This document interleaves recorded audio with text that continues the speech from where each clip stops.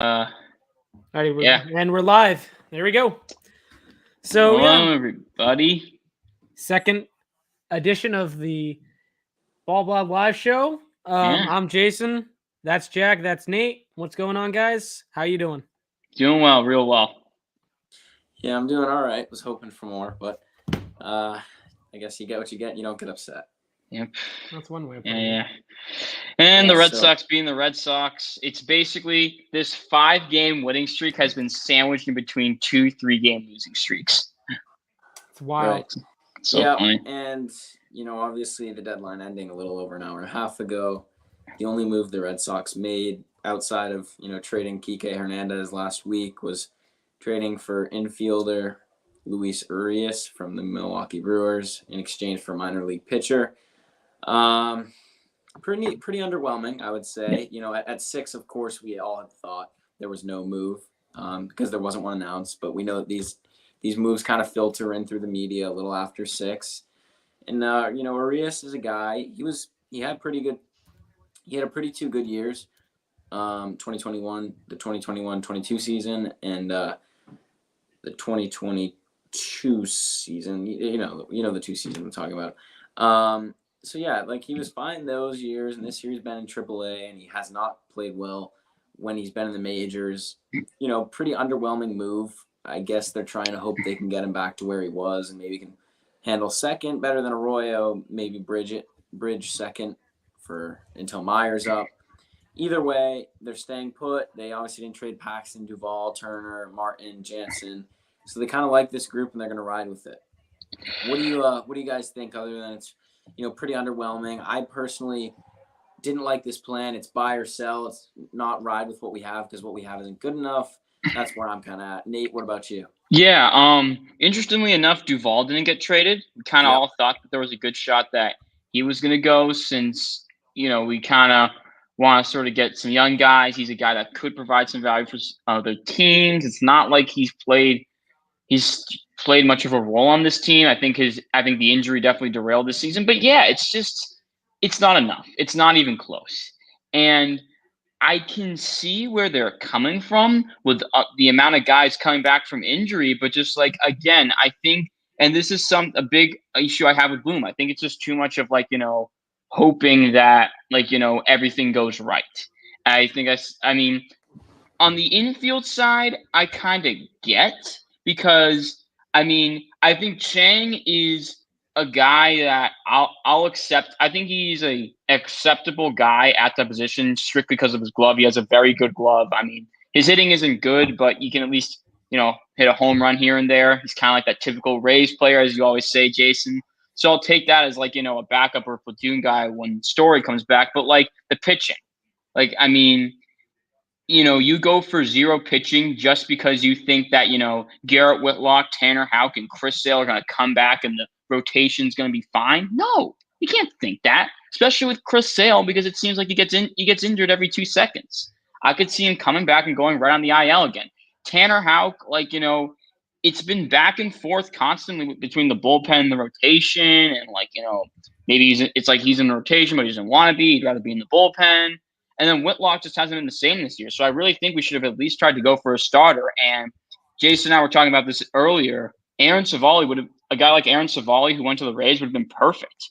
I mean, he's a guy that has a lot of team control the next 2 years, isn't being paid a stupid amount, isn't being paid. Obviously his contract isn't crazy.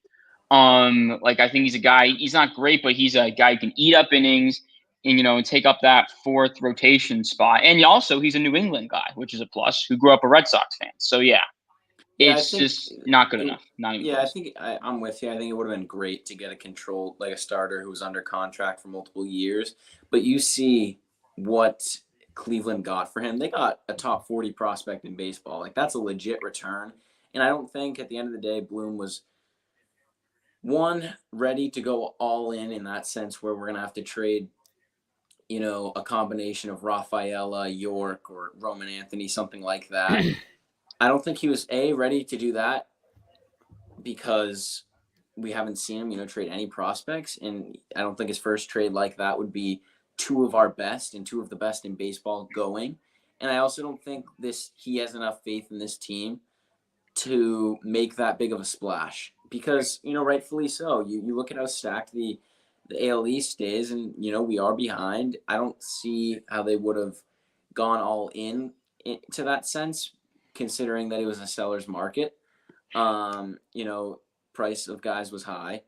And that's why I think you see Cleveland get such a big return and the White Sox got such a big return. And, St. Louis all around did well. So I don't think at the end of the day he was ready to go to that price, at least for this team. And I think that's what it came down to.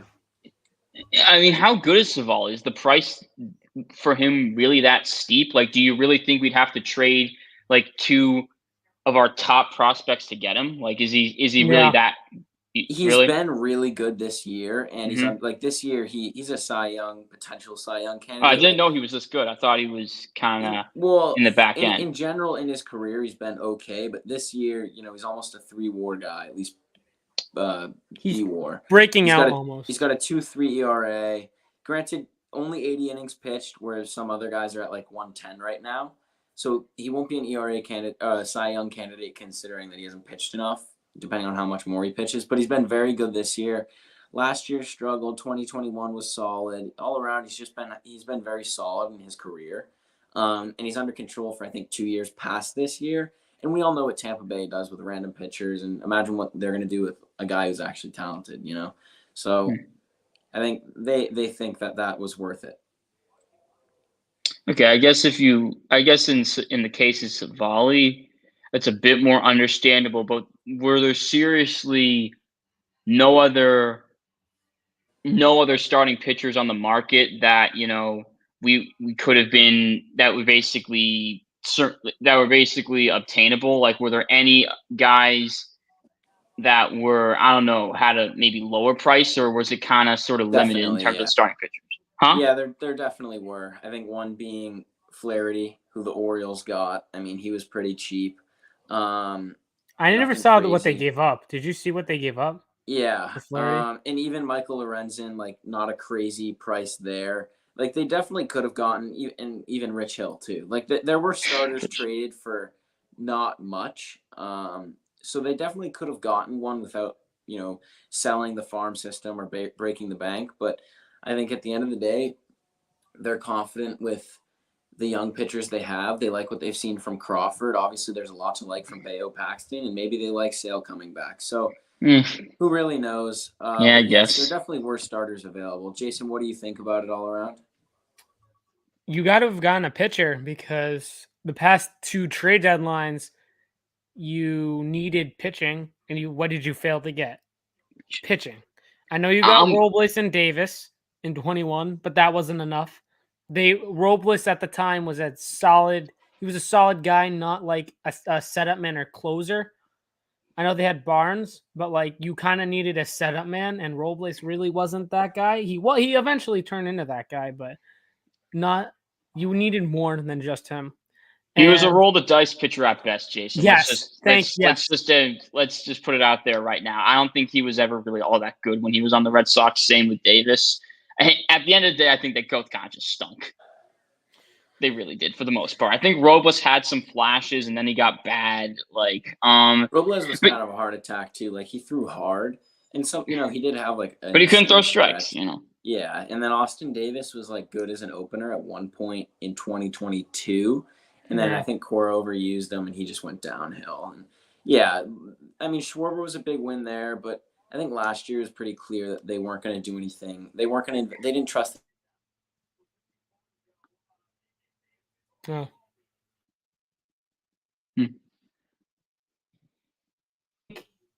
It wasn't enough.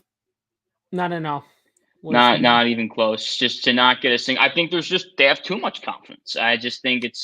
I think they're, again, like, too much confidence, too much banking on volatile pitchers, quite frankly. And the fact that there were some guys like Flaherty or, even Rich Hill, or like there was one other guy that Jack mentioned that you didn't have to trade much for. I think it's just a little annoying that they didn't even bother because it seems like that was it. I mean, I like the Hernandez trade, but like, I mean, that's not enough, and that's a small thing. Well, there was a proposal earlier. I gotta go find it. Give to the Red Sox. Yeah. Where is it? Where did it go? Where'd it go?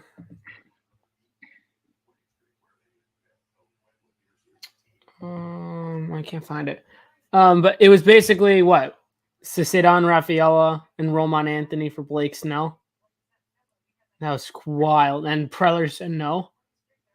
Like, dear God. Like, it's basically we offered. How is Snell doing? Is he doing well? Not well? Yeah, he's been insane. He's like a leading Cy Young candidate for the NL. Okay, I understand not like doing a trade like that. I get trying to protect like your top guys, but just they said no to Cedon and Roman Anthony. That's wild. I don't mean, know if like, I believe that. I don't know if I believe that. Yeah. I think that is a little hard. I don't think. Okay, so to put it this way, Snell's on an expiring deal, and his stats have gotten much better ever since like they picked up Gary Sanchez. Like before, he was not doing well, so Sanchez handles him very well. Like he had a .4 something ERA in the by expiring deal. By expiring deal, does that mean Blake Snell's a free agent after this year? Yes. Okay, and I don't think Bloom was going to give up 2 top 100 prospects for a guy on an expiring deal. Okay, he would have, if he's not going to do that for, say, Mitch Keller, a guy who's under team control, or even Savale or somebody else, I don't see him doing it with a rental because this team isn't good enough to do that for. You know what I'm saying? Or Dylan Cease. Yeah, right. Even though that wouldn't have gotten it done for Cease, they would have. Not at all for sure. Yeah, I mean, again, that's another example of something being totally understandable. But I think he kind of went a little too far on the under end of the spectrum by doing essentially nothing where we could have gone more low key guys. Because I mean, again, I think we just need just another starter to get that rotation spot. Because again, I don't have the same amount of confidence in our young pitchers that Bloom has. I mean, look, I love Bello. Bello's been phenomenal, brilliant pitcher. He's been doing a great job just anchoring this team. I love his confidence on the mound, but and Martin and Jansen have been pretty good in the bullpen, but I think Crawford, that's a guy I don't love. I feel like he is way too inconsistent. It seems that every other time he starts, especially at home, it's a struggle in some way. It's a gutsy performance, but I feel like nearly every performance is a gutsy performance, that's a problem. I mean, I feel like he gives up multiple home runs seemingly every start, and he is our third starter. That's just that doesn't cut it. I mean, I feel like I think lately I feel like our 4th and 5 spots have been bullpen days. You just can't. Right, they have. I mean, you just can't have a team like that. I mean, it's not like we need to go all in for rental, but I feel like we need some stability in that rotation. I think if you had another starter in the San Francisco series, I think you would have won, or not would have won, but I think it would have been a much closer game this past yesterday in Seattle, because what happened on Sunday. Well, hear me out. If you had a starter in Seattle in San Francisco on the 5th on the Sunday, you wouldn't have taxed the bullpen. You wouldn't have had to use every single pitcher, but Bernardino and Jansen, which, well, I just told you they used every pitcher, but Bernardino and Jansen, and they needed Pivetta to at least go 7. Yeah, at the seems like minimum. And it seemed like he kind of got gassed towards the end. I don't think he gave up it was mainly Jakes who sort of shit the bed there, but Pivetta kind of started it a bit going into the 7th, and that kind of sort of caused the domino effect. I wasn't able to watch that game because I'm not a West Coast. I don't watch West Coast games. It's just not my thing. I don't like staying up that late, but I saw the highlights. And I mean, Jason, to your point, you are right, but that didn't really have an effect on the game considering how well Pivetta pitched. The bullpen was taxed, but Pivetta pitched like a really good start of that game, So it's give and take. I mean, at the end of the day, this team, I don't think post-deadline, they didn't make any serious, obviously, acquisitions. I don't think that this is, a contending team, and I think they have more trust in the team than we do. And I think you see Devers and Turner and even Cora say, "Oh yeah, we'd love to see a guy in here and help us fight for this spot." And you don't fulfill their request. They've all got to be pissed. So that's tough. That's tough.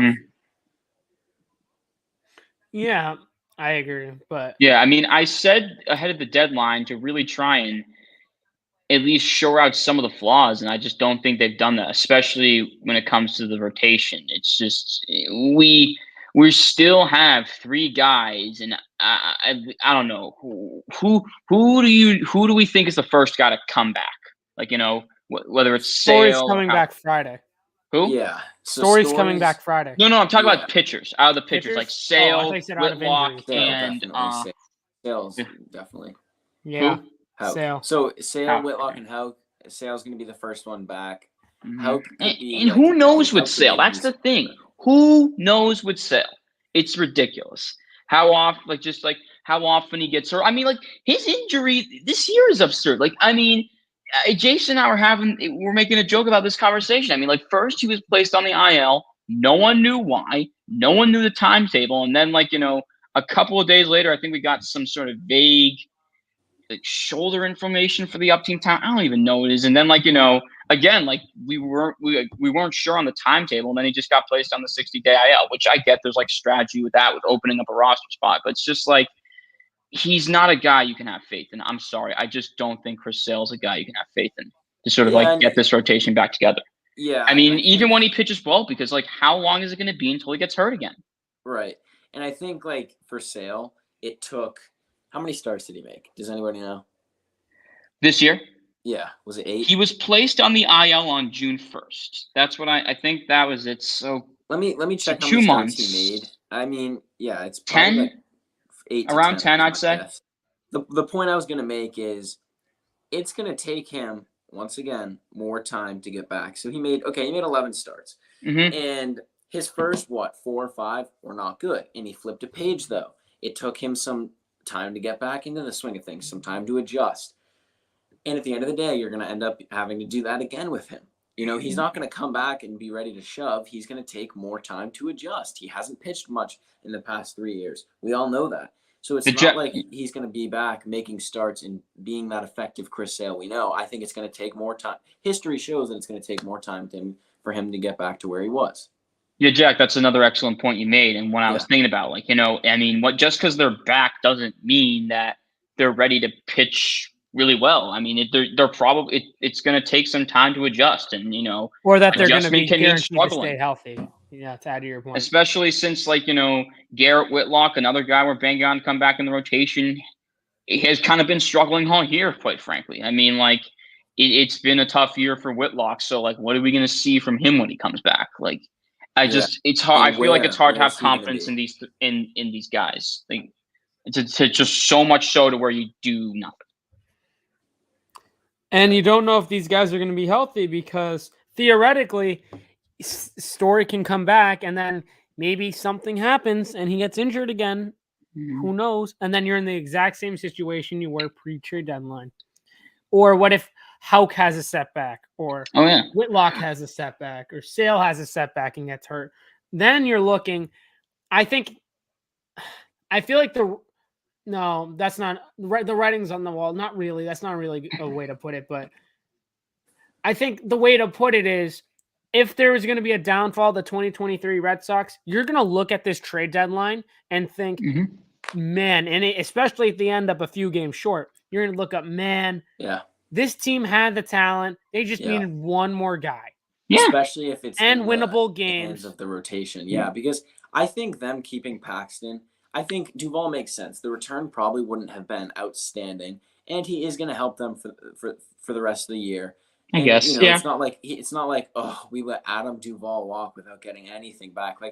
Big deal. But I think in terms of Paxton, they were either going to be blown away and have to sell, which obviously they weren't, or they want to keep him, have him help us win games for the rest of this year, and maybe make a playoff push. But I think they want to offer him the qualifying offer at the end of this year because, one, he either accepts it and you have a great number 3 or 4 pitcher on a 1-year, almost $20 million deal, or 2, he goes somewhere else, but you get what is it? Just about a third round pick because you offered him the qualifying offer, but he left. So it's kind of a win-win scenario, and I think that's a big reason why they kept him. Wait, you get a third round pick in the draft as long as you offer a player who's a free agent a qualifying offer?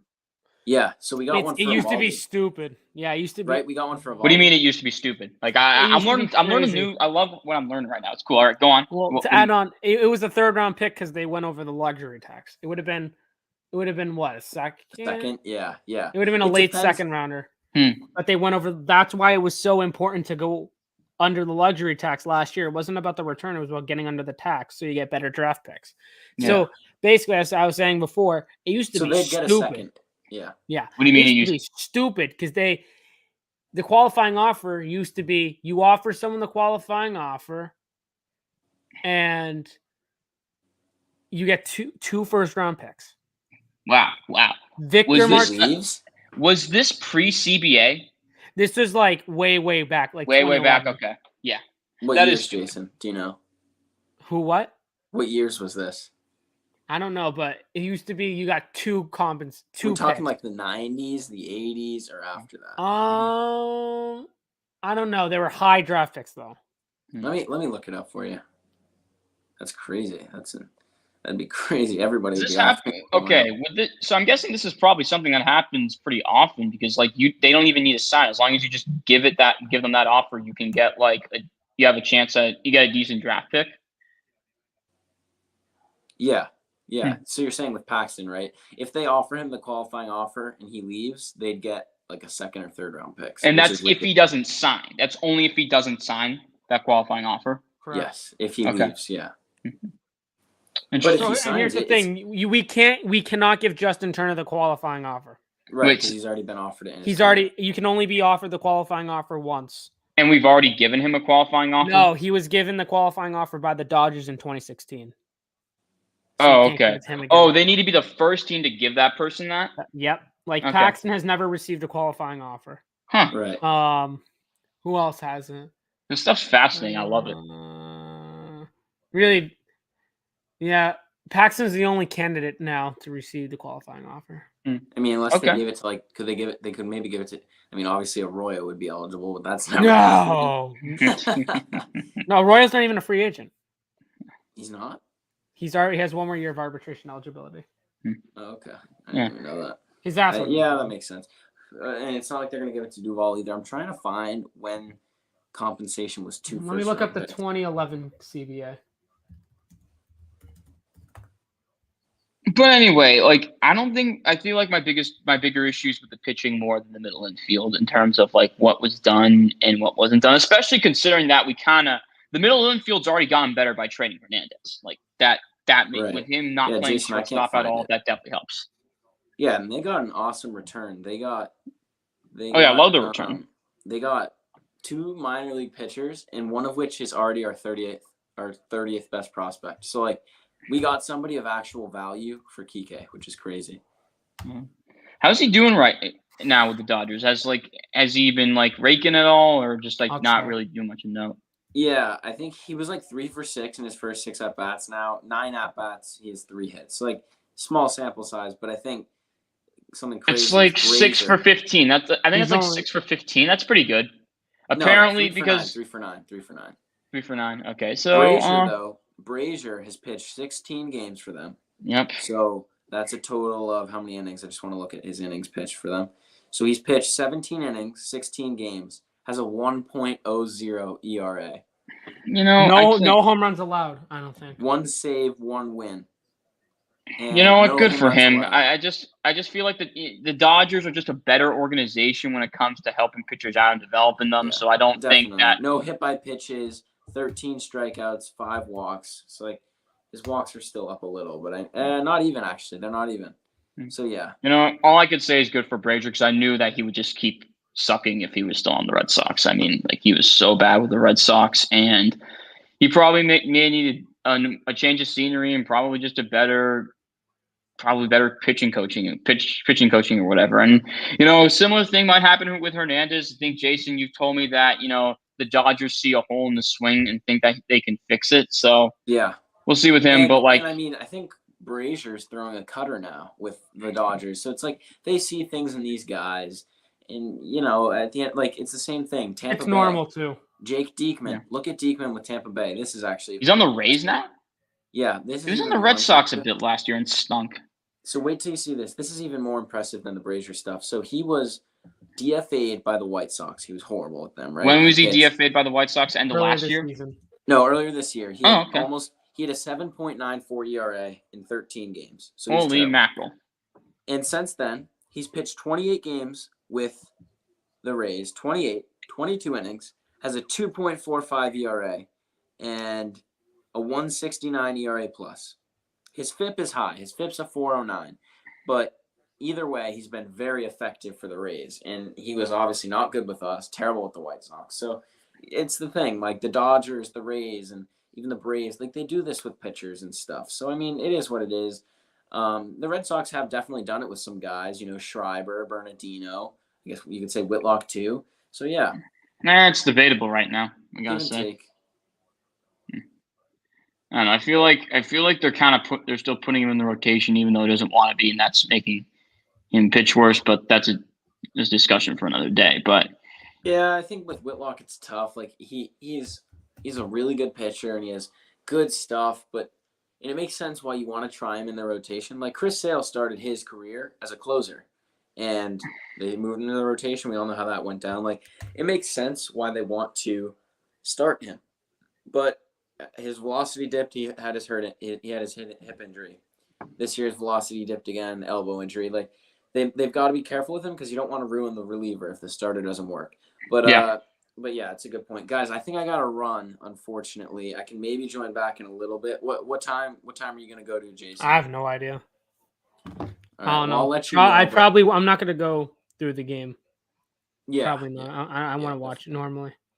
Yeah, but I'll let you know if I can join back. If not, it was good talking to you guys, and hopefully the Sox can go on a run and I don't know, prove that Bloom was correct for trusting what we already have. Yeah. All right, we'll see. See you guys. Yeah, see you around. All right, take care. I don't know, JC. You want to do a bit of a preview of tonight's game? Might as well. Yeah. So pitching matchup, we got our boy Brian Bayo, and wait, who's going for Seattle? I don't remember. It's not. Let me see. Is it Luis Kess? My MLB app just crashed. That's not fun. Here, I'll hit ESPN. Let's I see got here. you. Oh, it's I think Bobby Miller. Bobby Miller. Sorry, Bryce Bryce Miller. Sorry. But yeah, all right. So we got a 9:40 first pitch on the West Coast. I could see him getting a win back. I don't know. I think Brian Bayo truly is the definition of a stopper. I mean, like he gives you a quality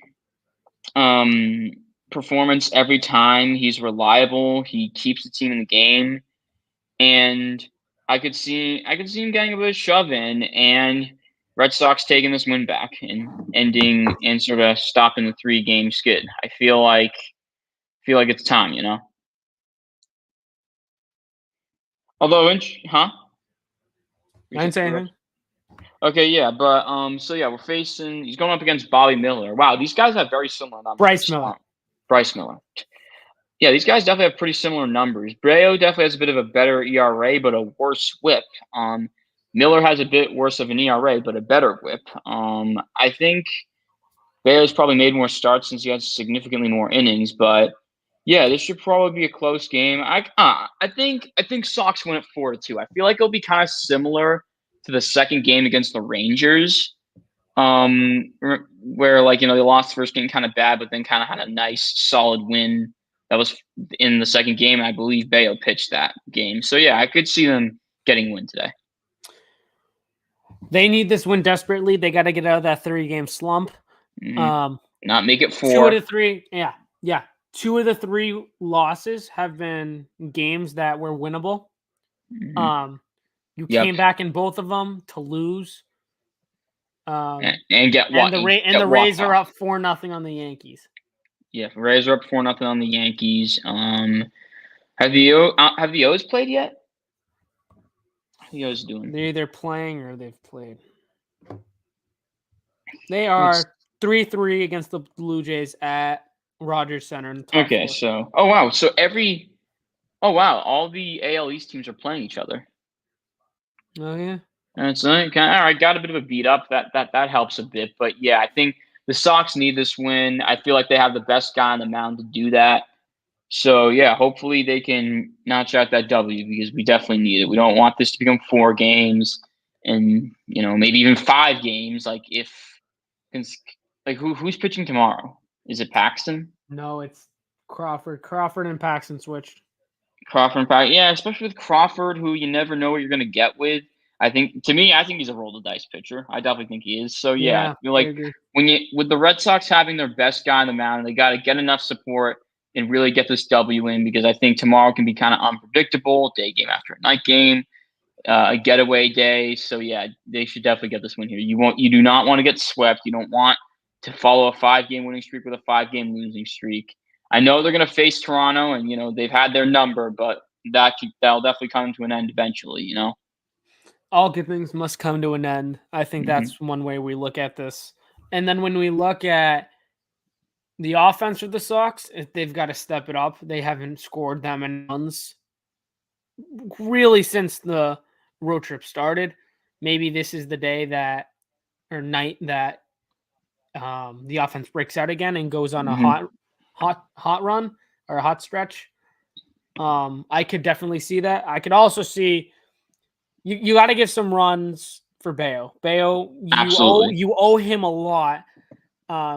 Give him that support he needs, and he'll have your back.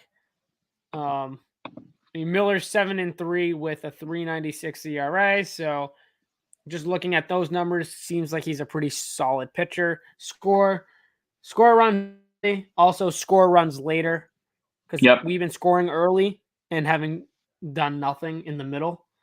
I believe our worst inning is the 5th inning. So is that true? Like our numbers in the I don't know. fifth I don't inning know for sure, but I think. But they're pretty bad. Yeah. Yeah. But anyway, yeah, and just make them work. I feel like that's the thing that I will say the Red Sox have done a very good job of. They make pitchers work. They try to knock them out early, earlier in the game and drive up their pitch count so they can get to the bullpen. So definitely do that. Definitely get some good team at bats in there. And just try and clean up and just try and play some clean baseball, right? Run the bases smart. Don't maybe at least try to not play terrible defense. And I think we need a complete win. We need a good all-around win tonight.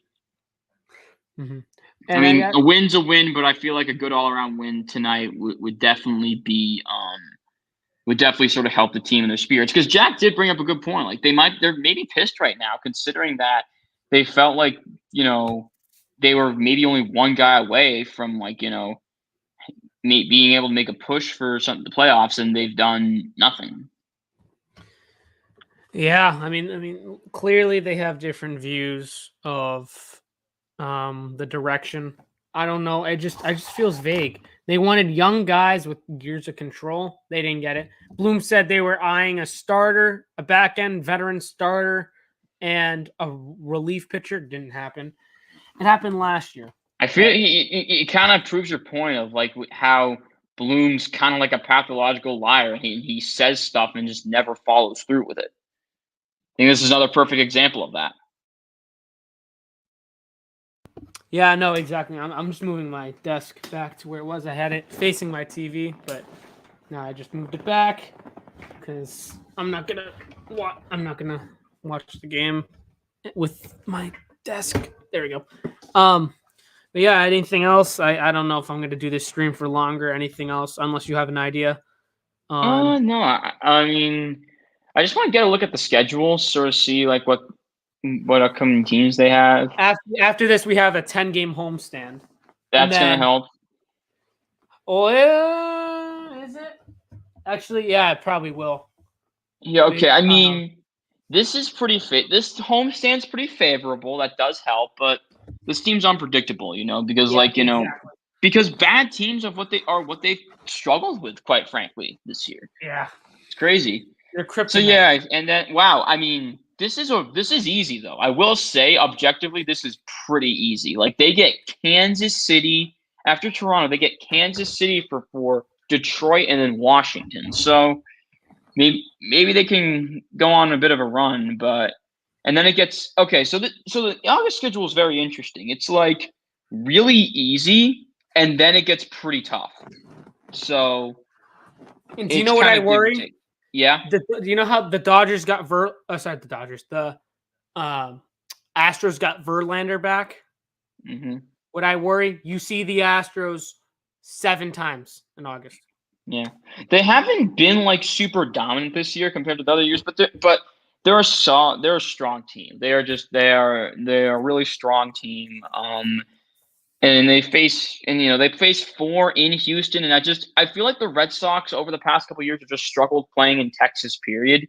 I think 2021 they lost 3 out of 4 to a terrible Rangers team. I remember that very vividly. So yeah, again, like it could go either way here with this upcoming schedule with some easy and now pretty hard. But I feel like I don't like what we've done with the trade deadline, but I feel like it's kind of just wait and see, Yeah, I just saw a tweet. It's like what the trade deadlines, what you got and what you subtract. What you added and what you subtracted. You added Luis Urias, the Yovera guy, Nick Robertson, Justin Hagenman.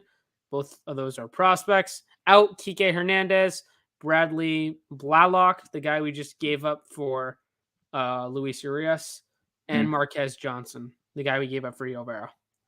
Yeah, I like that we trade. I like that we traded Hernandez, and I feel like we handled the middle infield okay. Pitching we handled pretty badly, and I just Yet again, like it's another big problem with Bloom, and I feel like he makes the same mistakes over and over again. That's not good. I said this earlier today, and my point sticks.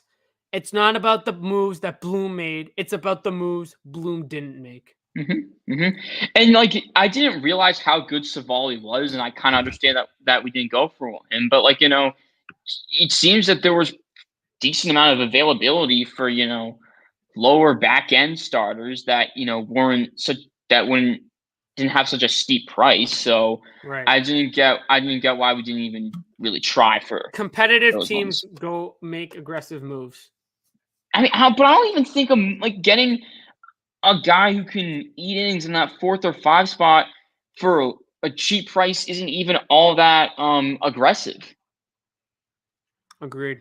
I feel like they were just way too passive this deadline. So, but like the thing with this team is whenever we feel like they're down in the dumps, they rip off a couple that they have no business ripping off. So we'll see what happens. I feel like that's kind of all I got. You have anything else? No, I think we covered the gist of it, and I wasn't planning for this stream to go more than an hour, quite frankly. This is not the guests we had on before. I think before I leave for college, I'll do one more watch party. That was fun. Yeah, very fun. That was a great time. Yeah, I think I'm gonna do one of those, and then I don't know. Maybe when I'm in school, I'll do another one. Yeah, if I got free time, I'd love to join. But anyway, yeah, I think that's a wrap. Go Sox. Yes, sir. See ya.